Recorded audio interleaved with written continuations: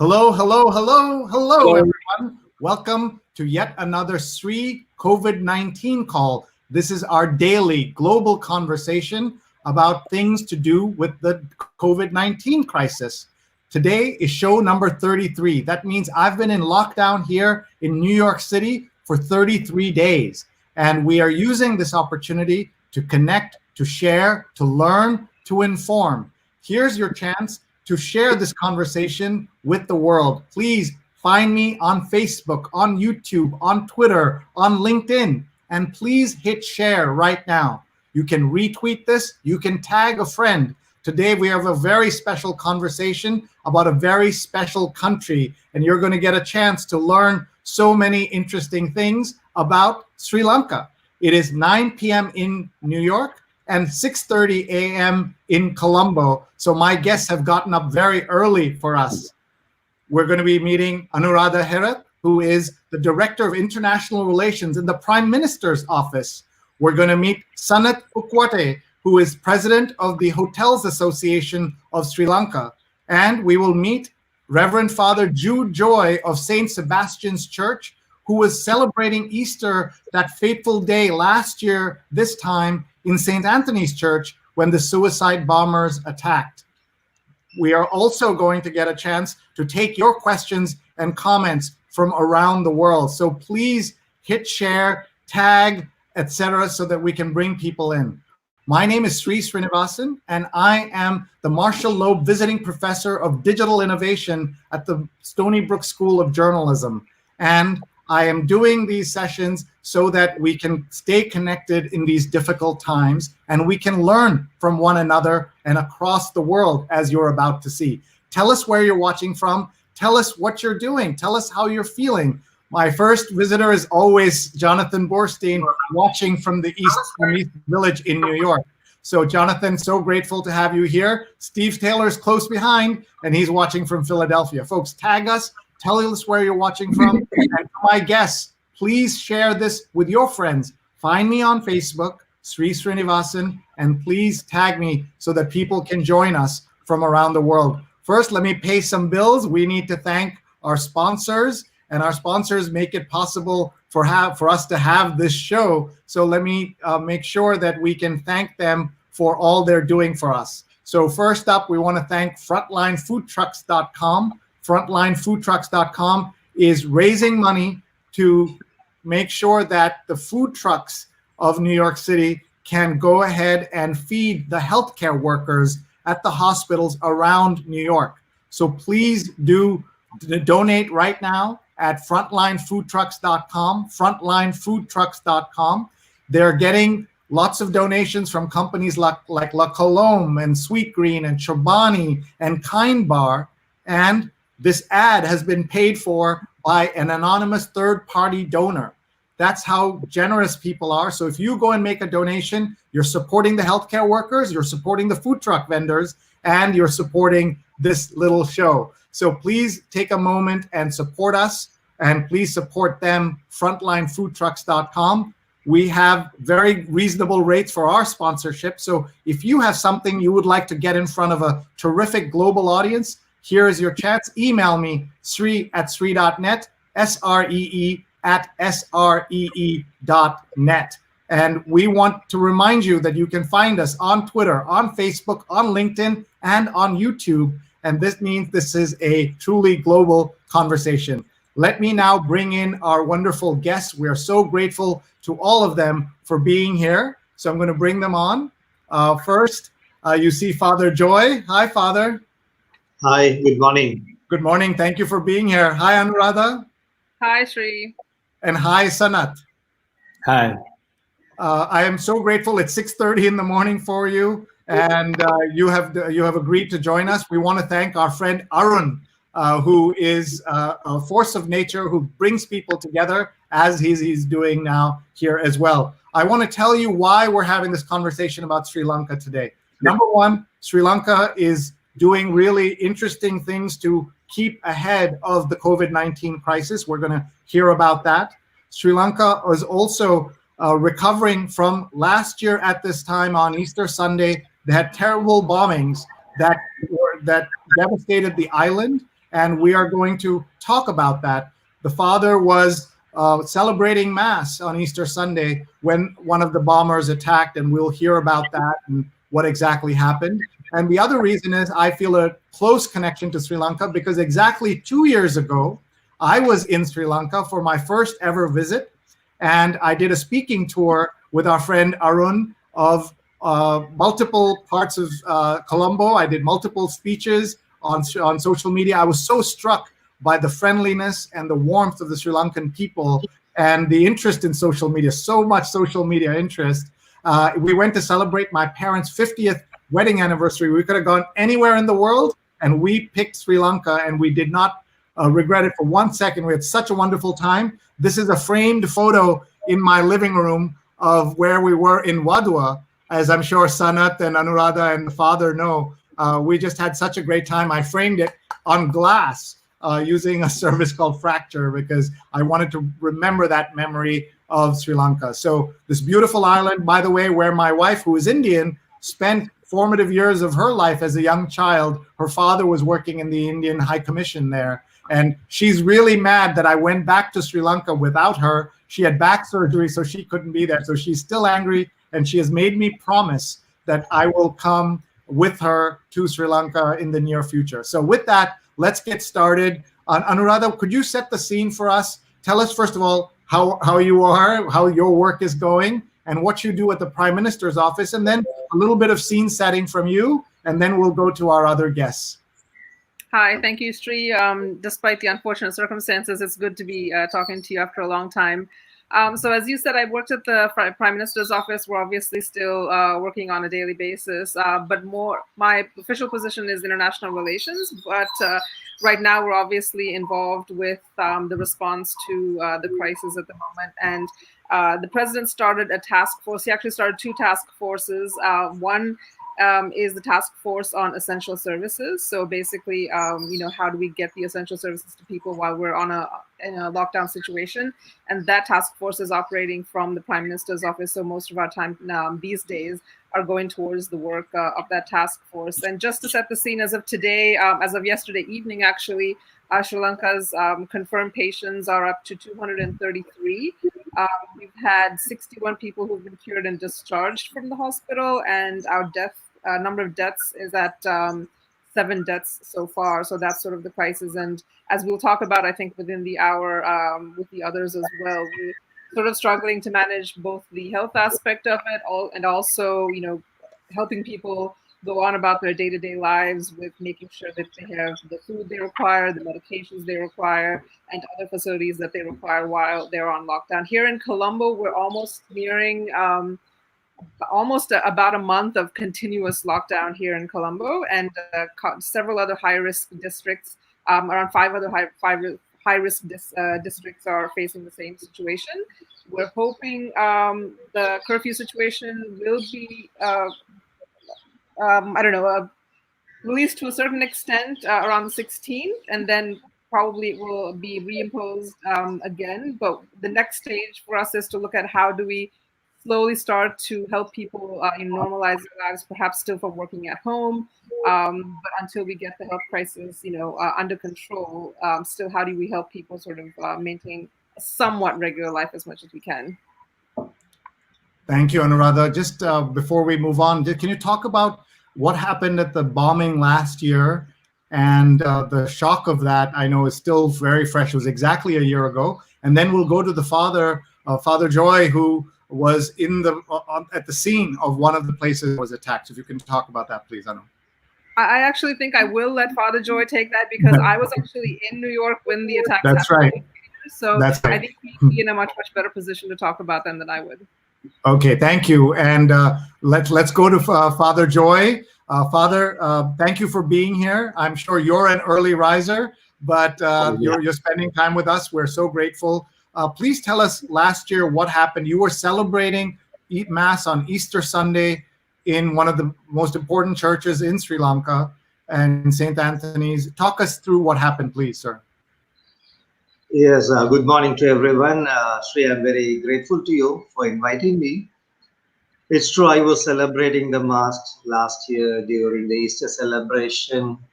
when the bomb exploded. Though an year has passed, the memories are still alive in the hearts of everyone. I would not say it is a shocking experience for me alone, but it is for the whole Sri Lankans and for the whole world. And we lost so many lives, and we are shaken by that. Though we still live the memory, I would not say that we have lost the faith. We still have the faith, and the faith becomes stronger in times of difficulties. And this year, too, we were more or less in a similar situation where we are not able to celebrate the most holy days for the Christians. But still, I would say, though we were not able to celebrate liturgically with so much of uh, fun, so much of how do you say happiness, but still we were able to live and celebrate the spirit of these seasons to the maximum, I would say. Thank you, Father. My wife Rupa says, hello, my favorite childhood memories are from Sri Lanka. And Yeah, Anton Judison says, very sad memories of what happened. And Rose says, what amazing guests. And Rose is live tweeting at Rose Horowitz 31 from Connecticut. And she's tweeting live, so everybody please check in. And my father is checking in, and he says, great memories from Sri Lanka. Folks, this is such an important conversation. Please hit share right now on Facebook, on Twitter, on YouTube, on LinkedIn, so your friends can join. Tag someone and share this, please. So, Father, tell me about that day in terms of your own. You are celebrating Mass. The suicide bomber was in the room. Just talk about that, and how did you survive, and what was the immediate aftermath of that? yes. We started the Mass at 8 o'clock exactly. The bomb exploded at 8:45 in the morning. It was, to be very precise, it was the time we were saying the prayer of the faithful. The fourth prayer of the faithful is dedicated to all the pilgrims who come to that church and all the people who are praying from different areas. And it was exactly at that moment the bomb exploded. When it exploded, I honestly thought probably the explosion of the transformer, electric transformer. But it did not take much time, only a few seconds, for me to realize it was a suicide bomber because I saw a head flying from one corner of the church towards the other side, towards the choristers area. So I lost completely myself. I was in terrible shock because I have seen immediately bloodstains everywhere. So it took at least few minutes for me to come down from the altar. One thing, I was shocked. Second, I was terrified. And thirdly, I did not know what to do. It took few minutes for me to take a decision to come down from the altar towards the people. And I got down from the altar, walked few steps, not more than 10 steps. I saw around me limbs. I saw a man without both hands and both legs, just the body alone. And I took courage to walk forward, and I saw a heap of flesh, not living beings, but rather heap of flesh. That was a terrible shock for me. When I cried, I do not know in what voice I cried. I cried and shouted and asked for the help from the people. And you won't believe, Sri, there were Hindus, Buddhists, Catholics, monks who came to the church as soon as possible, and they helped us. There were three-wheel drivers, there were pilgrims, there were people who were just coming out of their houses to buy something for their morning breakfast. And people in hundreds just flocked into the church and helped all the victims. They helped us to remove the dead body, the wounded people, and amazing was the commitment of the people to help those who were wounded. This is my experience there. Thank you, Father. And I don't know how you found the strength, but your leadership that day and since has meant a lot to so many people. You're now you're the parish a priest at Saint Sebastian Church. Yes. And we wish you the very best in your ministry. And thank you for being here. We'll have some questions for you in a minute. Let me just go to our friend Sanath from the Sri Lanka Hotel Association. Just say that Ying Chan is watching in Hong Kong, and she's looking forward to learn from my amazing guest. She says, some of my best students are from Sri Lanka. Anuradha was my student at Columbia Journalism School, and we still have great memories of her. And Ashok Sharma is watching in Kerala, and Kerala is very close to Sri Lanka. In fact, I should tell you, when we landed in Colombo and were driving to Wadua for our celebrations, people kept looking around in our bus and saying, "This looks just like Kerala." And that felt a great connection. But let's talk to Sanath from the Hotel Association. Talk to us, sir, please, about what has this meant for the COVID situation? What has that meant for you and the work you're trying to do? Talk about that. And you are a hotel owner yourself, so please talk about that. Sanath. The COVID situation. Yeah, can you hear me now? Yeah, can you speak up, please? Yeah. Yes, thank you so much for inviting me to this show, and it's a great honor to be here this evening in New York and early morning in Sri Lanka. Well, the COVID situation, the current pandemic has brought tourism to complete pause, and we don't know until when. There's zero income for hotels. It's unknown period, we don't know, as I said before. And we have no control. We cannot control this situation as hoteliers. We're only hoping that the health authorities will find a proper cure for this pandemic, so that the daily life can restart hopefully soon. So we are relying mainly upon the medical experts to come up with a vaccine so that we can get the situation under control. Until then, I believe tourism will be badly impacted. And that's really tragic because, of course, Sri Lanka has recovered from the Great War and the battles of multiple decades. And then you had the tsunami that really set Sri Lanka back in 2004. And then there was continued problems, and then the bombing, and now. So how do your hotel colleagues and you find the ability to keep moving forward? Because tourism is such an important part, Sanath, of your economy. Yes. Tourism represents around 10% of our GDP. And we have around 500,000, direct and indirect employees in our industry. And around 2 million people are depending on their livelihood. So it's a very important industry for Sri Lanka. And last year, of course, with the brutal terrorist attacks, East attacks tripled the industry, and our revenues dropped almost 50% year on year. So that was a huge blow. And this year we are now confronted with pandemic. Actually, today's COVID-19 looks like, these attacks looks like child's play in the present context, because now the tourism has come to a complete standstill. And our 500,000 people who are employed in the industry are priority right now to safeguard their jobs and their livelihoods. So hotels are trying to do their best to cut costs and maintain the properties, and also to maintain these livelihoods. And I must add, the government, while battling to contain, the virus and the economic fallout, they have also helped us a lot in getting some relief, financial relief to the industry, so that we can survive in this critical period of time that we are in.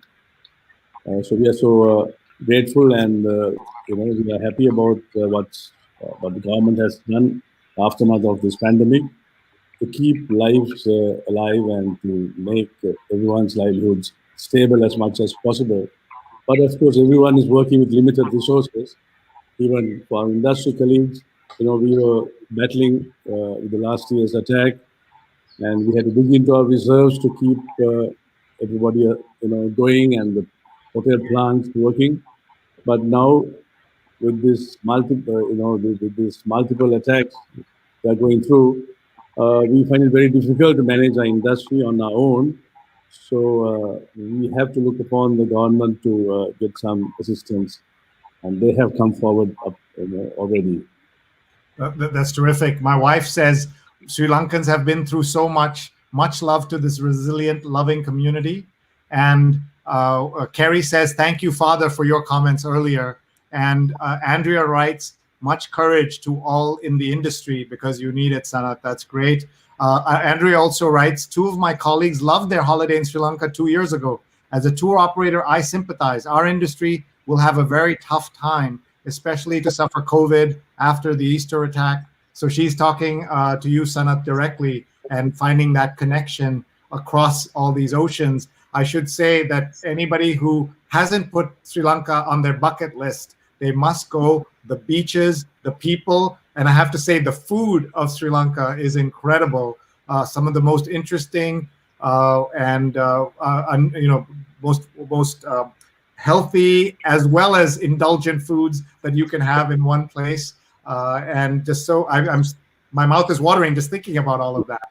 Anu, you work in the Prime Minister's office and you have to deal, as does the rest of the government, with the folks in everything from the religious world to, of course, the hotel industry. Talk about how you are prioritizing and how the Prime Minister's office is prioritizing who and how they help at this time. Right, Sree.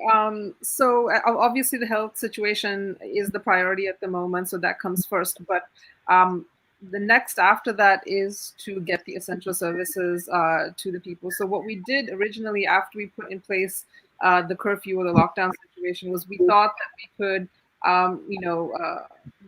have it lifted from time to time and then allow people to go to stores and break groceries and go to the banks and get their medication and things like that. But it's all a first time experience for all of us around the world, so we're sort of learning as we go along. And we learned that when we did lift curfew periodically, what happened was people again rushed to these locations. They ended up gathering, although we tried to maintain social distance, and people were quite good at that after the first or second time.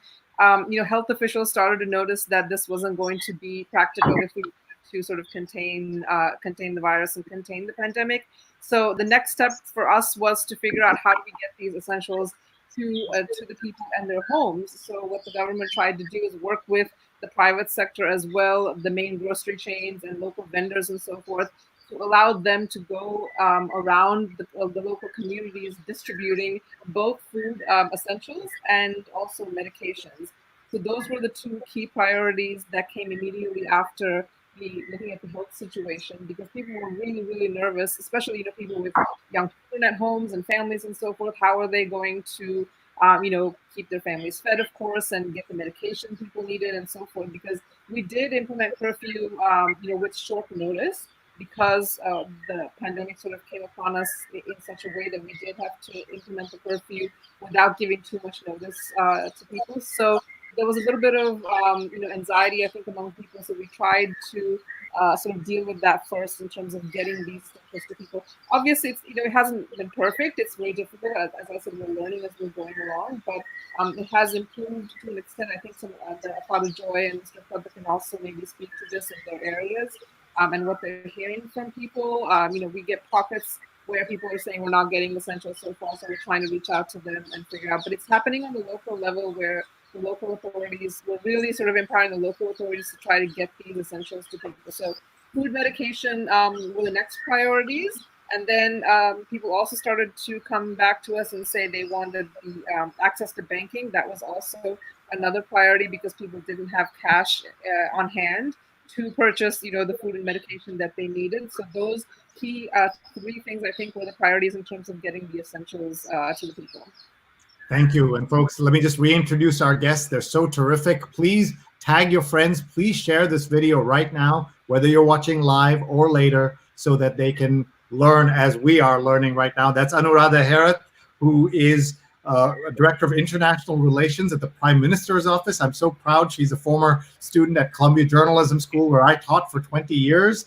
And then we're joined by Father Joy, who is the parish priest at St. Sebastian Church in Sri Lanka. We're so grateful to you, Father. He was celebrating Mass on Easter Sunday in 2019 when the suicide bomber hit St. Anthony's Church, where he was celebrating Mass. And he just described in vivid detail the bravery of the people who came to help him and help everybody at that time, where that the multicultural aspects of Sri Lanka really came alive. And thank you, Father, for being here. And we're also joined by Sanath, the president of the Sri Lanka Hotel Association and a hotelier himself. And we have so many comments. Let me just bring them to you and you can react as you hear them. Twyla says, regret that I've never been to Sri Lanka, have always heard of its beauty. Arlene says, I have never been to Sri Lanka and now I have people to visit. So get ready. Arlene is going to come to visit you after this. And Kathleen says, yes, love Sri Lanka. And Rose is tweeting and sharing tweets. Everyone, please share the tweets that are coming out. If you're on Twitter, we know you will enjoy and learn a lot from this. And Kathleen also says, we have to talk a little bit about what happened today. The President of the United States announced that he will cut off funding for WHO, the World Health Organization, in the middle of a pandemic. And our Sri Lankan friends may be just waking up to that news. They may not have heard it. They must be as shocked as I am. Kathleen says, I feel like our country is having a nightmare altogether. And I have to agree, because yes, there are questions about how WHO handled some aspects of this crisis. CNN declared a pandemic before WHO did. Also, WHO said that China is doing a great job, just as the President of the United States, President Trump, said in January that they're doing a great job. Fine. So you have questions about WHO's handling of the crisis. But to remove $500 million from their budget in the middle of a pandemic makes zero sense, and is outrageous when smaller countries are continuing to contribute to WHO. This is a time when we are all together in the world, and we have to be together if we want to survive. And it is so shocking to see that, but at the same time, not surprising.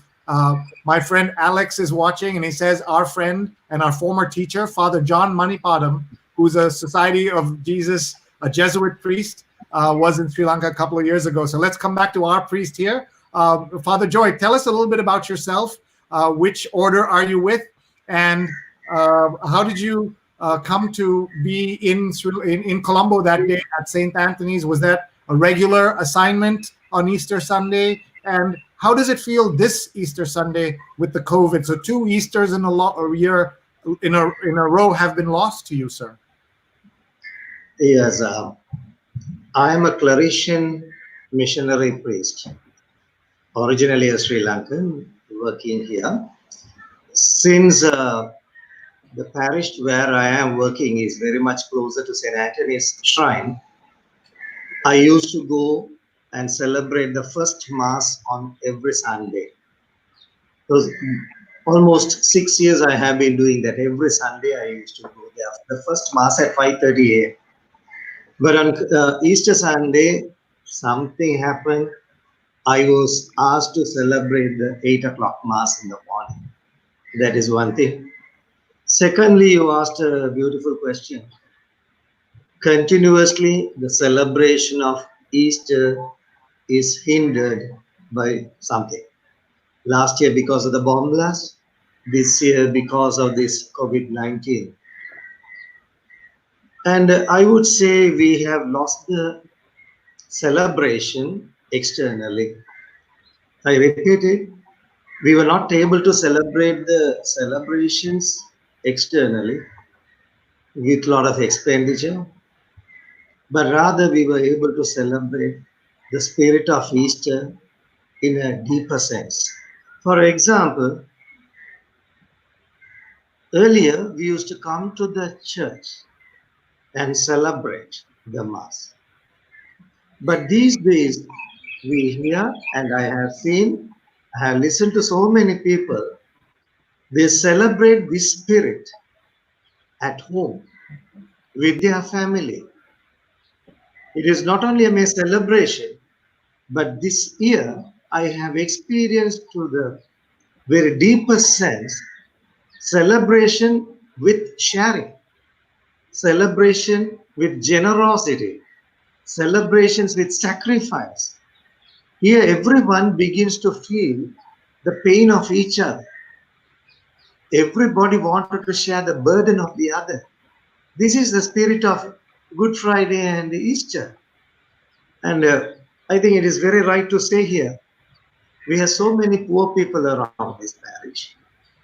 I went to some houses personally and shared some livelihood with them. Before I returned to the church, one of the poorest family was calling me back.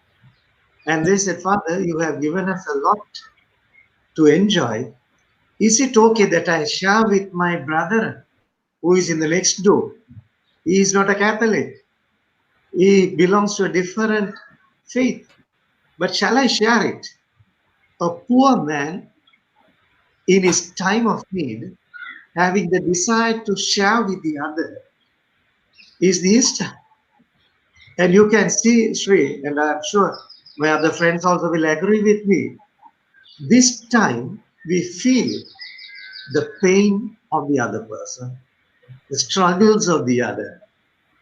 And finally, I would like to say, all my Sri Lankans and you, Sri, will agree with me.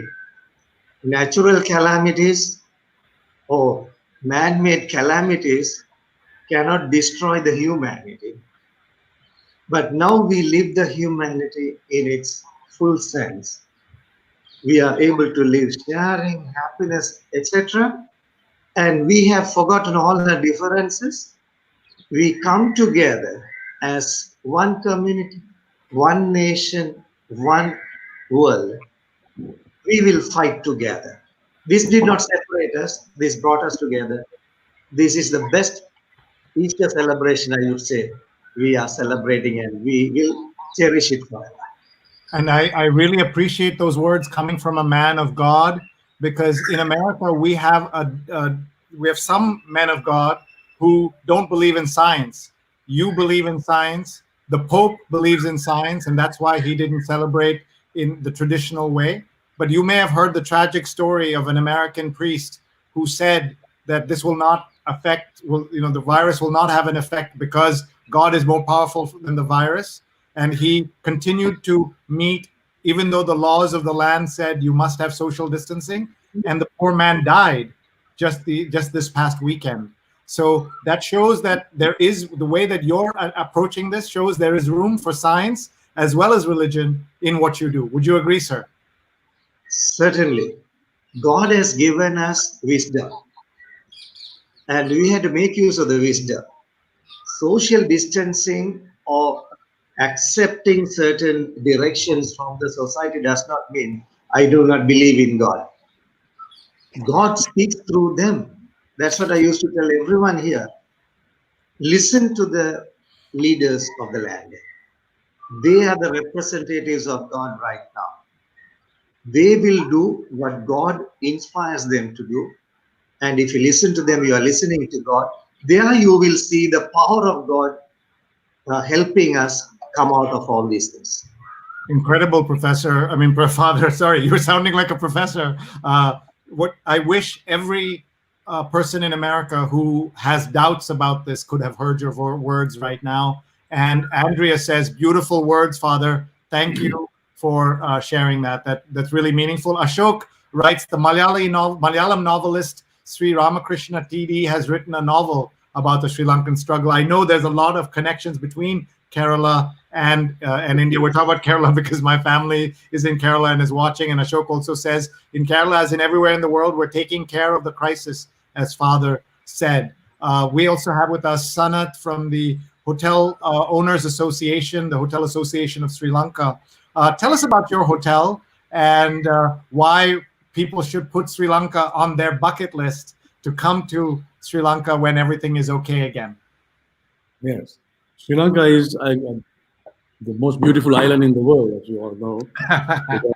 It has a diversity, it has culture, it has natural beauty, and of course the warmth and friendliness of the people that makes the destination complete.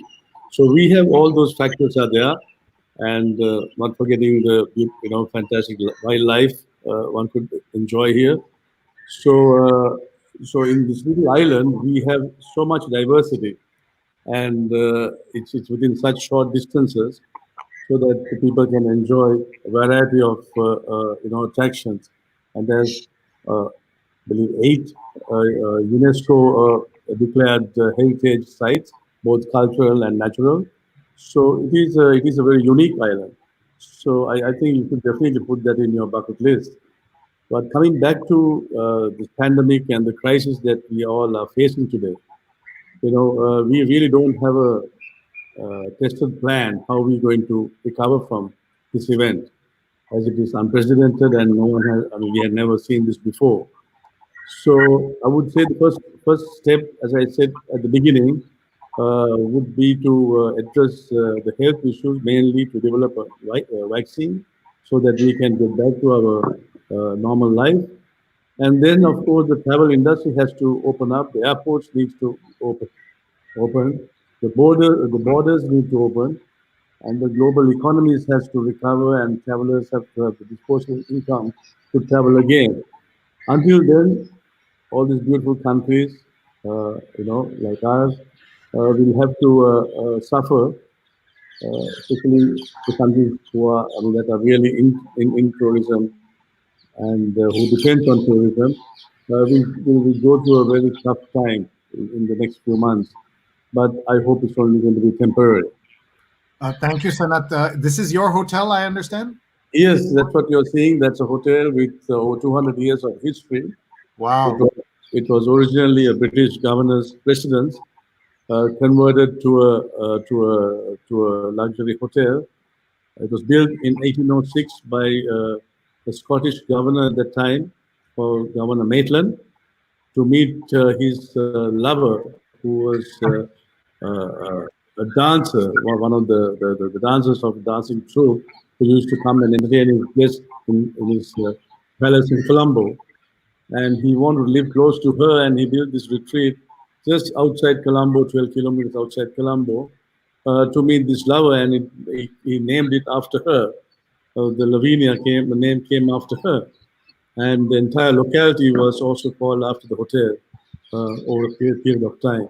So it's a very historic landmark. 4 British governors have lived there, and it's a residence converted to a hotel. So you could see it's just outside Colombo with its own beach and fantastic views of the Indian Ocean. I'm so dying to come out and be with you all there and see, and remembering the food also at the restaurants. One of the ironies of all of this is that for those of you just watching, that here we are talking about resilience from this particular COVID-19 situation, but Sri Lanka had to recover from civil war, and then from the tsunami, and then from this bombing that took place, and now from COVID-19. So Sri Lanka has had to live with this for generations, it seems, and it's such a small and beautiful country. And Nitin, by the way, who's watching from Dharamshala in India, where the home of the Dalai Lama, he says, don't forget Sri Lanka has some of the best cricketers in the world as well. And Ashok is talking about the tourism and hospitality industry as staring at potential job loss. And we want to know the name of your hotel once again. It's called Mount Lavinia. Mount Lavinia. Mount Lavinia. And Lavinia was the name of the lover of this British governor. And yes. So the hotel was this is the governor's mansion that was converted into this hotel Lavinia, it's called, and we definitely want to go. And 2 years ago, as I mentioned when we started, I was in Sri Lanka. I was in we were in a bungalow outside, Ceylon Bungalows, it's called, in Wadua.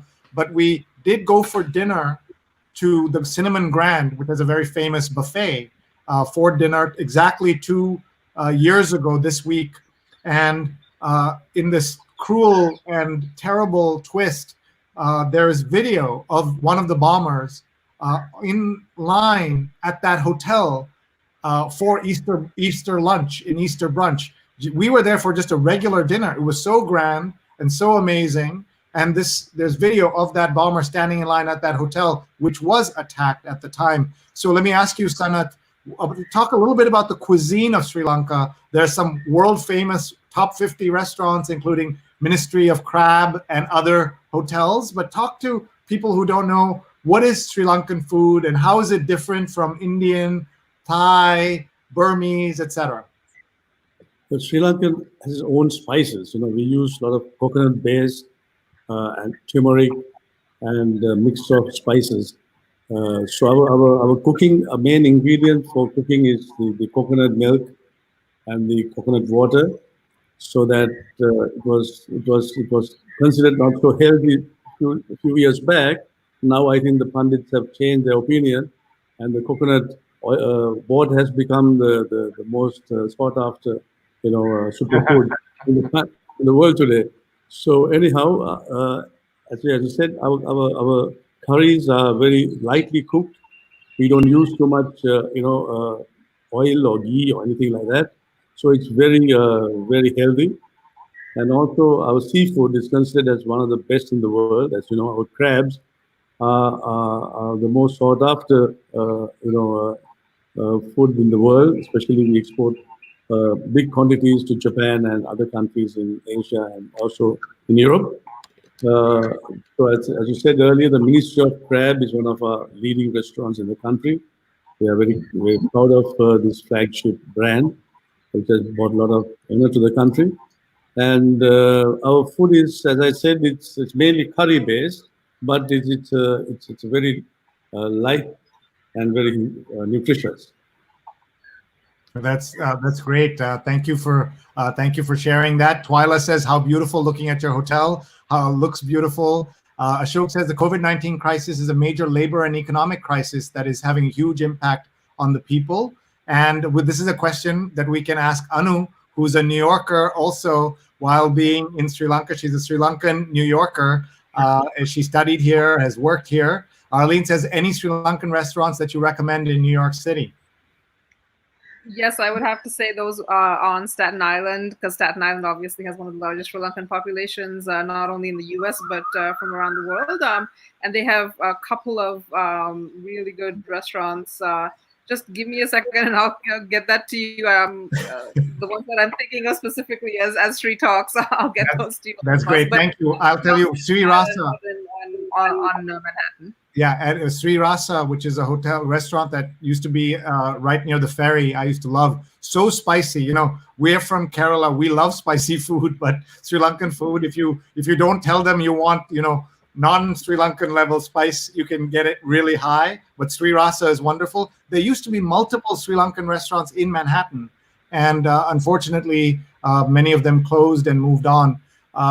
Amy is watching, Amy Pereira, and she says, my family's from Sri Lanka, and I have visited the Mount Lavinia Hotel fairly often. It is a lovely hotel. Look at that. Global connections happening at this call. I'm so grateful. We have a few minutes left with our experts from Sri Lanka. Father, we want you to give us some more wisdom at this time when all seems in great turmoil in the world. What is your Sunday Mass going to be? What is your Sunday sermon going to be at this time, so that you can give us some strength to carry on? Yeah, I would put it like this. Any event that takes place in the history will have its effect. There's no doubt about it. Positive and negative. As we listen to some comments, this will have a great effect in the economy, in employment. At the same time, it will have some effects in the lives of the people. Yesterday, I was sharing with one of my close friends. I said, All these days, I thought I am busy. All these days, I thought I have no time. But now I know I have time. Now I know I have time for myself and I have time for the others. And secondly, now you will see the families are getting more and more united. The dad who said, I have no time, now he looks at the child very often and the love increases. Recently, I saw a cartoon where the wife tells, oh my God, I never thought you are such a wonderful husband.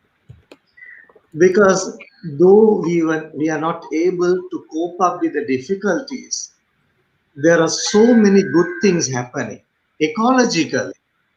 And my Sri Lankan friends will agree. These days we hear stories. Animals are coming to the roads.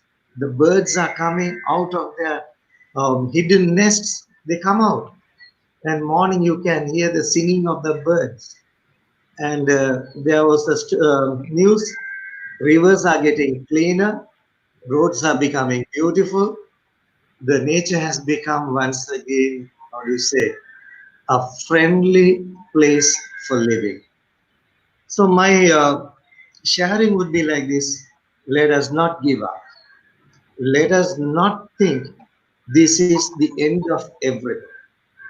There will be so many positive elements to learn and experience from these difficult times. And it has taught us basically, as human society, you can live together, you can fight together, and you can have a better future. The Easter, once again, the message is this: we have a hope, you will have a better time, and death is not an end, but rather life is everlasting. We will live, we can live better and better. Wow, Father, thank you. That was amazing. You now put our two non-religious folks in, they're now a hard act to follow, because I'm going to ask them for their wisdom as well, to share what's happening in their line of work. They can talk. I'm not going to ask them to give us a sermon, but you are so correct, and such beautiful comments are coming in.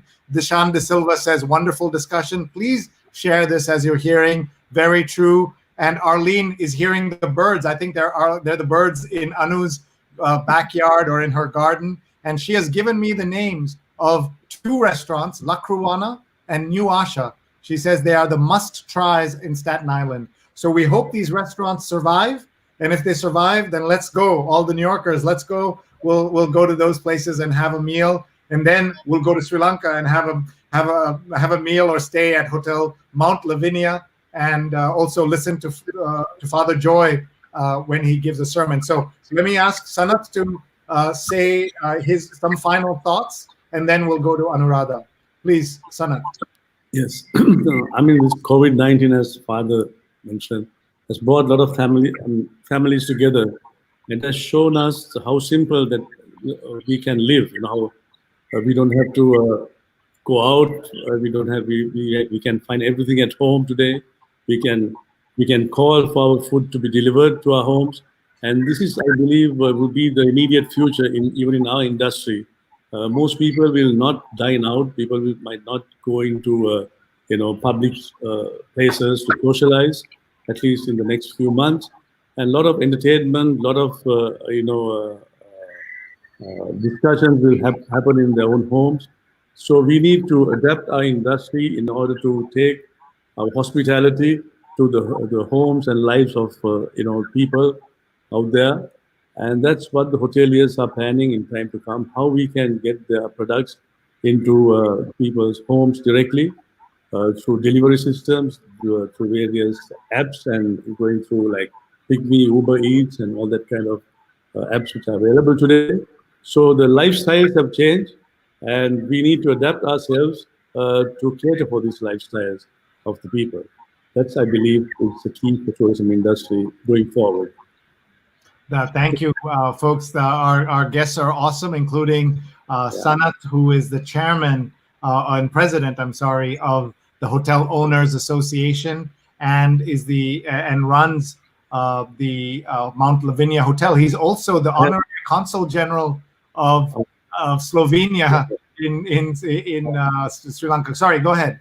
I have one more thing to mention. A point to mention is that today the wellness and good living has really been focused, and Sri Lanka is ideal home for Ayurveda, and this is something that today the travelers are looking for when they travel. They want to go in, experience wellness, lifestyles and facilities. So Sri Lanka has plenty to offer. As you know, the wellness Ayurvedic hotels are there in Sri Lanka, and we have a great tradition of Ayurveda. Even our diet is very much in tune, in line with Ayurveda lifestyle. So I think people have a lot to come and visit in Sri Lanka, and we have a lot to offer to them. So this is something that I wish to highlight. Thank you. Though I will tell you, my hotel friends in Kerala will take you on about where the Ayurveda hotel experience is stronger. So we can have that debate. We invite everybody to go to both places and see the Ayurveda travel packages and things like that. I wish you the very best, Sanath. I know this is a difficult time for you, but I know you and the rest of your industry will thrive, because Sri Lanka's natural beauty, the delicious food, all of it will have to bounce back, will bounce back. We are very certain. Let's go to Anuradha Herath, who's in the Prime Minister's office, Director of International Relations. Thank you, Anu, for being with us. Your thoughts. Yes, Sree, as Father Joy was saying about the wildlife, I must apologize for this bird that's going a little crazy and making it. No, thank you. It's great. But yeah, I mean, I completely agree with just one comment on what Father Joy was saying. I think international media, and I've said this before, tend to focus on certain aspects of Sri Lanka, that interest them. But when it comes to emergency situations, it doesn't matter what religion we are. I think Father Joy will agree with me, and Mr. Ukwatte also.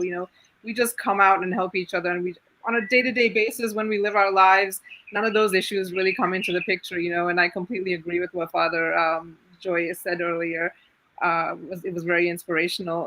From my perspective, I think something that I'd like to say is, I look at what's happening in New York, Sree, and it really, really is heartbreaking to see. It's something that I thought I'd never see in the U.S. My parents are in New York, so I'm concerned for them. It's really, really heartbreaking and devastating to see what happens. And I keep on telling them, I wish they were in Sri Lanka. I'm thankful that I'm here, because I think this, not just Sri Lanka, but I think this part of the world is handling the situation, including India as well, a little bit better than, unfortunately, but the US has not been so fortunate in that sense. But I feel like, as a region, I think we're helping out. I heard yesterday, I think Prime Minister Modi was also talking about the neighborhood first policy that he has in terms of helping out the neighbors. We've gotten, donations from India, as we have always had. They're coming to our aid as these other countries. So I feel like it's a fortune for us to be in this part of the world during this particular crisis, because I feel like as a region, we're doing better and taking care of ourselves, than some other parts of the world. And I feel very fortunate about that. And I it's unfortunate that the US is going through this type of a situation for a number of reasons, but I wish that they could have had the experience that we're having in this part of the world in terms of dealing with this on a collective way. No, absolutely. Please follow Anuradha. She's on Twitter, Anuradha K. Herath. Please do follow her. I want to just show Father Joy this comment that came in from Amy. Father, she says, oops, that's not Father Joy. This is Father Joy. That is very inspiring. A message of hope and continued faith despite these difficult and hard times is inspiring. And many folks are represented in this comment, impressed by the knowledge and authenticity of these wonderful guests. The kindness and warmth comes through. Before I let the three of you leave, I do want to bring on stage the gentleman who helped make this happen. He wrote to me this morning saying, we need to do something about Sri Lanka and talk about Sri Lanka. And here he is, our friend Arun Arokyanathan, who is a journalist and a good friend of mine in Sri Lanka. Hi, Arun. Hi, Sree. Hi, everyone. You know all of these people. They all know you, but they don't all know each other. Now they all know each other because of you, and we all know each other because of you. Thank you, Sri. Anuradha is a good friend of mine, and Father Joy, I am a parishioner of him, and Mr. Ukwatte, I recently befriended him, and we did a great show for ARD German TV.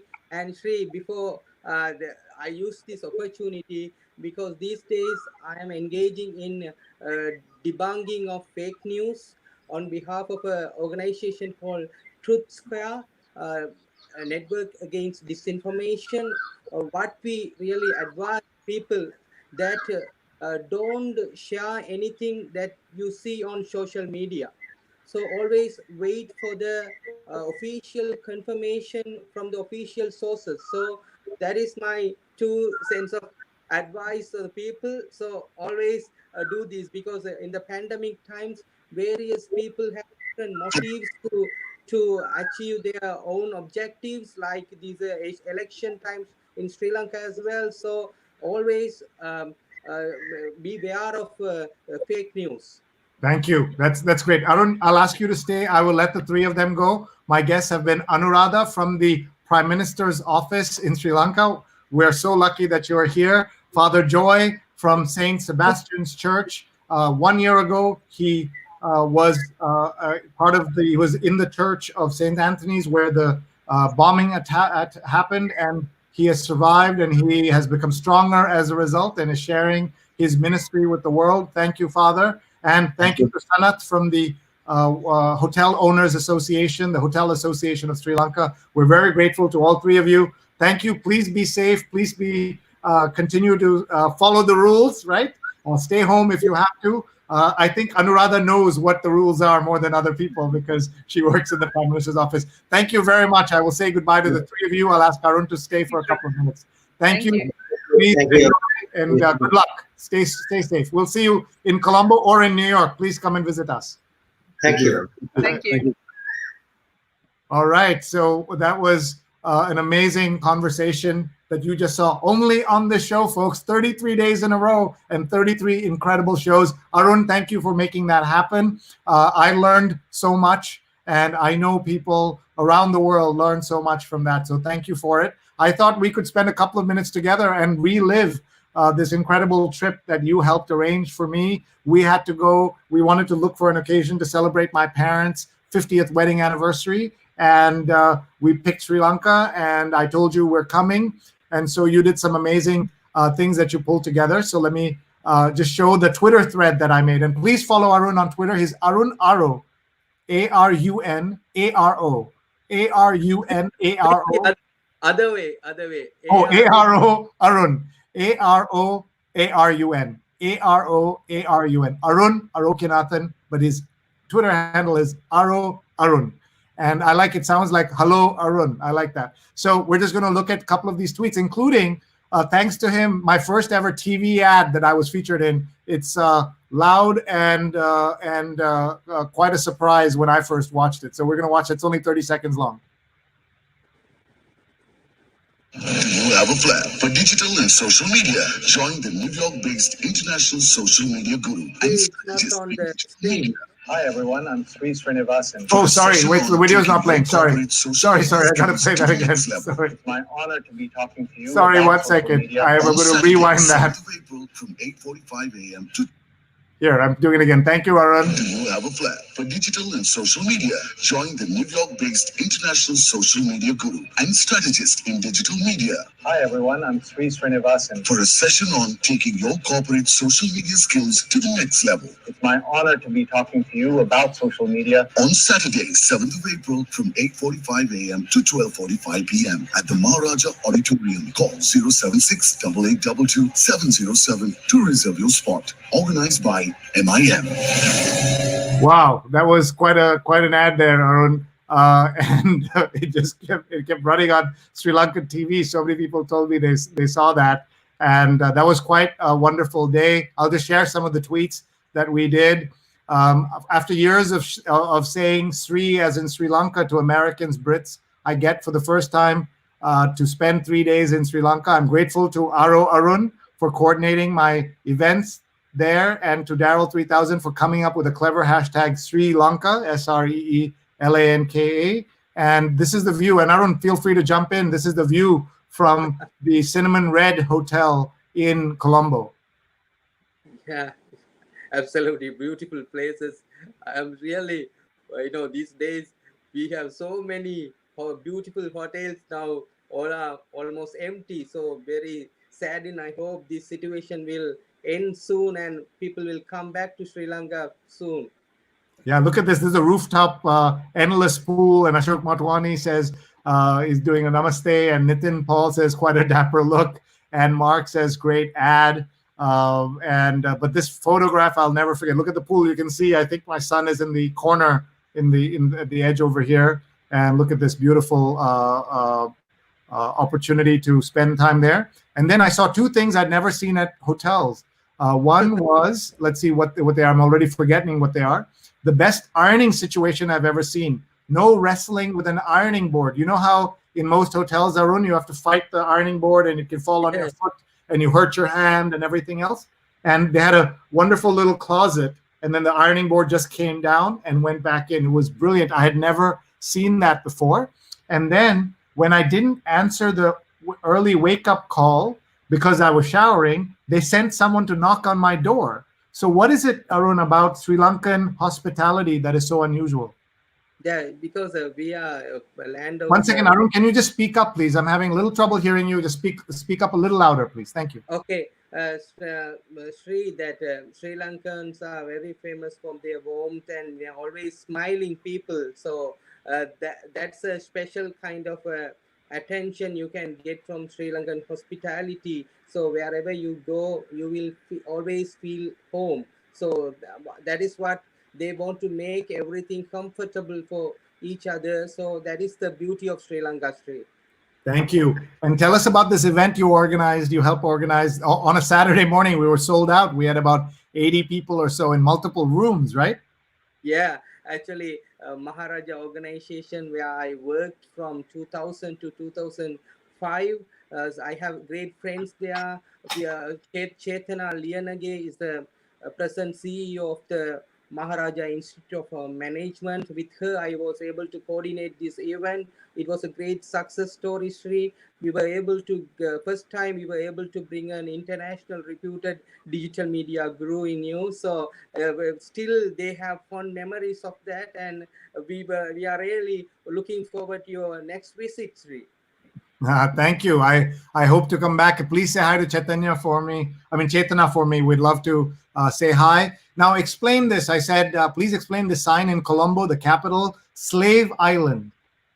Yeah, that is actually from after you tweeted only, I was really looked at it again, and actually in Tamil and Sinhala, it's a different meaning. That's in Sinhala, it's called Kompancha Vidya, and in Tamil, it's called Kompanitharu. But in English only, it's called Slave Island.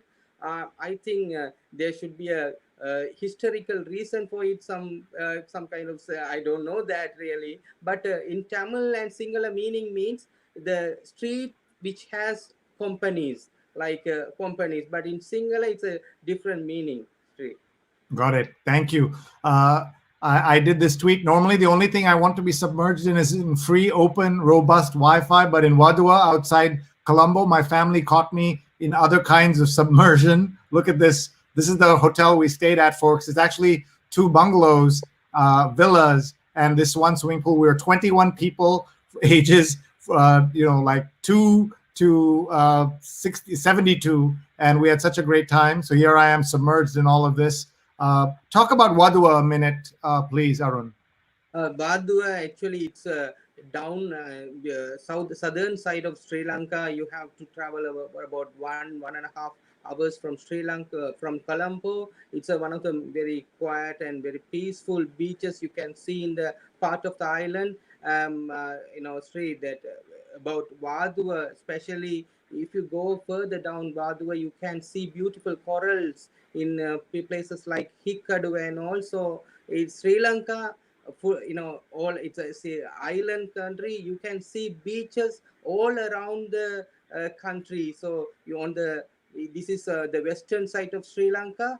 If you go to the eastern side of Sri Lanka, we have some beautiful beaches like Pasikuda, Nilavali. In the northern, like we have Kashuna Beach, and so in the south we have Unavatuna Beach. So all are, beautiful place to have a holiday, Sri. Okay, we've got to come back. Everybody who's listening to me, let's go. We also went to the Sri Lanka Press Institute where we arranged a social media talk. I also we did other things. We did something with civil society organization. I just Yes, wait. Sri, in these difficult times when universities, schools, and all closed, we journalists also try to explore new ways to communicate with their society, because I found I initially tried some video application, it didn't work. Then I asked your help to what is the best way to connect people. Then you recommended me StreamYard is a very good, but only problem Sri Lanka, in this part of the country, the network issues, after one session we are run out of our monthly package. So it's a very tough time, this part, but still it's very useful. I already done couple of shows with doctors, students from Australia, and it's very useful, Sri, that it's learning from this kind of situation always throw up new challenges to the people, journalists and all, so everybody improves, because these days it's very difficult to bring a guest to the studio with all these safety measures. So these kind of apps, everybody. Sri, I would like to ask you this question. Like few years back, I traveled to Singapore for a seminar. They said the extinctions of print media is approaching soon, so everybody getting to the platform of digital media. So with this COVID pandemic, do you think it will expedite the process of that extinction of print media will be expedited? Well, I hope not. First of all, I'm a big fan of print. You know that I read the Sunday New York Times out loud on Facebook and Twitter every Sunday morning, 8:30 to 10:30 a.m. Eastern. So I hope everybody will tune in. That's how much I love print.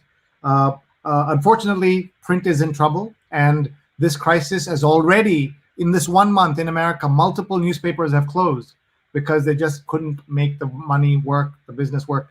The strange part, of course, is that there's more attention to news than ever before. There's more value in news than ever before.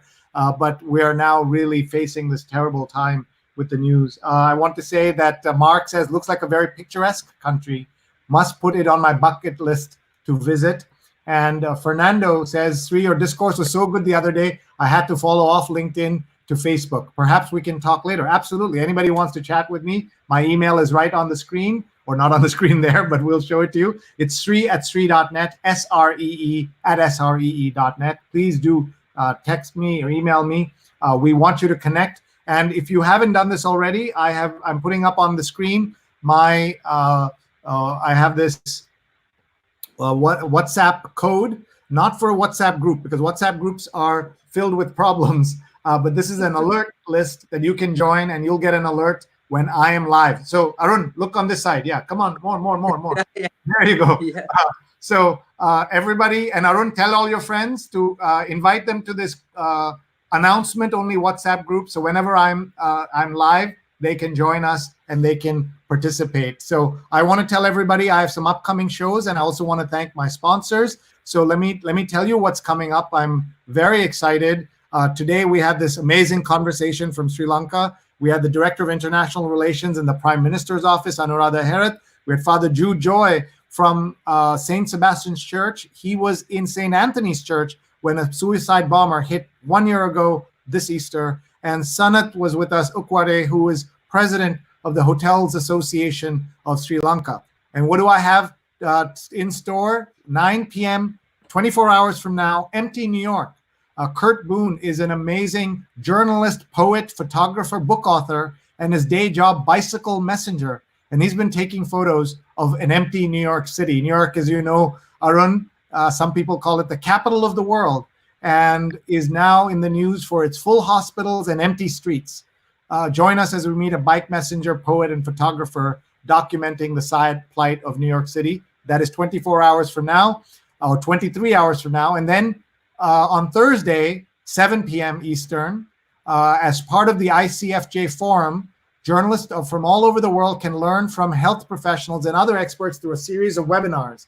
They can find new resources uncovering COVID-19 on IJNet, collaborate with other journalists from across the world on the forum's vibrant Facebook group, and explore cutting-edge research on journalism and COVID-19 being conducted by ICFJ. And so we'll be joined by Patrick Butler, who is the Vice President of Content and Community, and Stella Rock, the Director of Community Engagement. And that's on Thursday. And then on Friday, we have a talk about U.S. immigration issues with two leading experts. Prashanthi Reddy is an immigration attorney, and Alan Wernick is an immigration law columnist and for the New York Daily News and a professor at Brook College. Two more announcements before I let you go. I also have a spin-off show. Thanks to your interest, we now have a spin-off show, 2 hours every Saturday, Coping with COVID-19, a helpful, hopeful call-in show, Saturdays, noon to 2 Eastern on WBAI 99.5 FM and WBAI.org around the world. Everybody can join in, call in. We want to survive and make it through together. And then 11 hours from now, my weekly conversation with the University of Hong Kong, Policy Lessons from Asia, Professor Keiji Fukuda, who's the director of the School of Public Health at HKU, is going to be with us. It's an incredible lineup of guests. None of this has anything to do with me. This is about all the fantastic folks who agree to come on our show and the fantastic people who watch. We even have a sponsor, and Frontline Food Trucks is raising money to donate to hospitals so that the workers can be fed, the hospital workers, through the New York Food Truck Association. Food is donated by La Colombe, Kind Bar, Sweet Green, Chobani, and a third-party anonymous donor donated this ad, so not a single penny is taken away from frontlinefoodtrucks.com. Please support them, and we salute every single healthcare worker in this country and around the world. And it's so easy to buy an ad. Maybe you have a book you want to promote, or you want to talk about any kind of nonprofit that you love. Give them a shout out. Look how inexpensive these are. And we would love to have you support both the show and support our guests and support a great cause. So with that, let me say goodbye to our friend Arun, who is the guy you want to know in Sri Lanka. Anytime there's a Sri Lanka project, I call him. You should get to know him. He's Aro Arun on Twitter, AROARUN on Twitter. And Arun, I wish you the very best. How's your lovely family? Yeah, they are good, Sree, and it's interesting. Every day we learn from our children also. My wife also actually making new dishes, and yesterday she tried a new like Mysore alva. You know about India Mysore alva. She tried. I actually asked her to do that. So every day she's a teacher, and every day they are also learning something, because Sri Lanka, the online learning is very in a very basic stages. So now they are also changing and adapting to the situation. So all are facing challenges, but with a family we can able to cope this challenge, Sree. And Sree, before you go, I have to ask one question. What is being living in an epicenter of a pandemic? Because initially it was China, then Italy, now it's New York. How do you feel? How your movements are limited, and how do you feel about it, Sree? Yeah, it's really difficult. I'm sorry to say. I was looking at my messages, so many messages coming in from around the world. It's tough. I will not sugarcoat it. My mother is watching in Trivandrum, so I want to be careful what I say. They always say, you remember in some of our classes, we talk about don't presume anything is just between you and a friend. We're just talking, like everybody's watching, and sometimes your mother is actually watching as she is here. So first of all, Mama, I love you. Thank you for coming with us to Sri Lanka to celebrate your 50th anniversary 2 years ago. And I know you had a great time in Sri Lanka, as we all did. And in terms of the situation here, it's bad. There's no doubt about it. We try to go out only twice a day to walk our dog. She normally goes 3 to 4 times, and now she's going twice without a complaint. So she's doing her part. Our twins are amazing, 17 years old, but hanging tough and being strong. They're going to school online and learning that way. It's not easy for them, but they are doing it because they understand that this is what has to happen. And in terms of where everything goes and what happens, we don't know the answer, right? Like that is one of the issues that we all face. But I am confident that we will come together. But we know several people who have died. And Arun, in the 9/11 attacks in New York, I didn't know a single person personally who was killed. I knew people who knew people, and I had some friends who escaped the tower, just a handful, but I didn't know anybody who died.